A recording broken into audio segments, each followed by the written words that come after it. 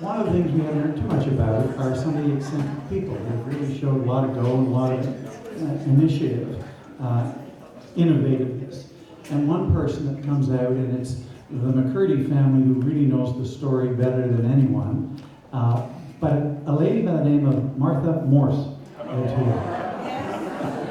She hailed from Chicago, was married to a gentleman by the name of Major Morse, and she was eccentric.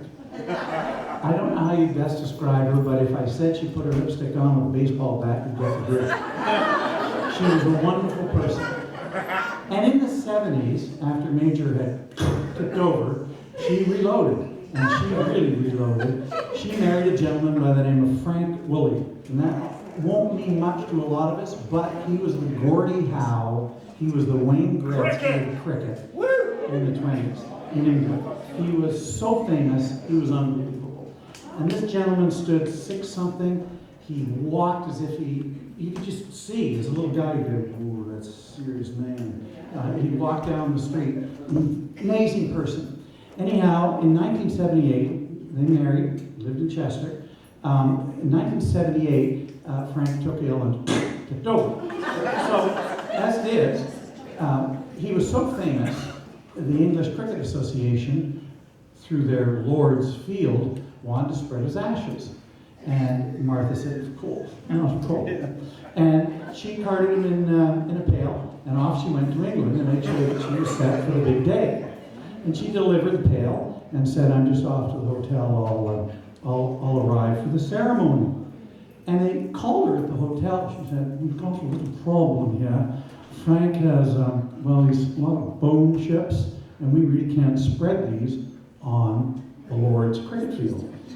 Martha said, not a problem at all. I'll be up in a minute. She takes a cab, picks up the pail, heads back, takes it to the hotel, scratches her head for a minute, off to Harrods, orders a coffee grinder.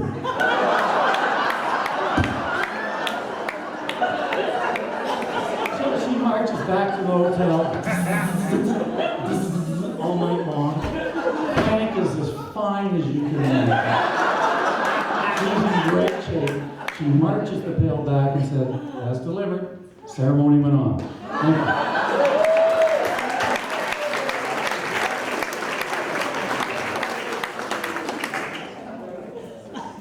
you. Jim and I and Suzi, Fraser, have been in intensive negotiations on tonight's performance for a couple of weeks now. And a couple of weeks he told that story and he said, do you think I should tell it? And I said, yes, you definitely have to tell that.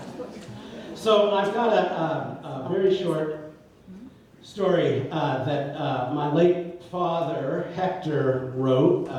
He passed away about 10 years ago, and he had retired from a career of law probably 10 years before that, so he had a lot of time in his hands. And he wrote, I won't call them memoirs per se, but they're just a bunch of stories about his legal career, about all sorts of things. There were a number of stories about Chester. One of them I thought you'd enjoy hearing tonight. One year, again just after the war, General Wirth, having survived it, came back to Chester. His boat was Hayseed, the biggest and fastest of them all. The handicap rules were then pretty primitive. The water length was measured and the sail area. The latter was the triangle formed by the boom on the bottom side and the upright mast on the vertical. Hayseed's mast, however, had a pronounced curve forward in its middle, so that the area of sail which hung between what would have been the vertical spar and the curve was free. The handicappers couldn't measure it, and it didn't count. Everyone else complained about this as being unfair, and the solution was to grandfather the Hayseed's design. Never could it be used again. My mother and father took me on Hayseed one Saturday afternoon for the free-for-all race. We crossed the starting line at Redden's Can, just yards away from the yacht club. Our first mark was Mountain Island, and we had to beat upwind to get there. Hayseed had steel running backstays, features which most modern yachtsmen would not even recognize. They were vital because they held the mast in place.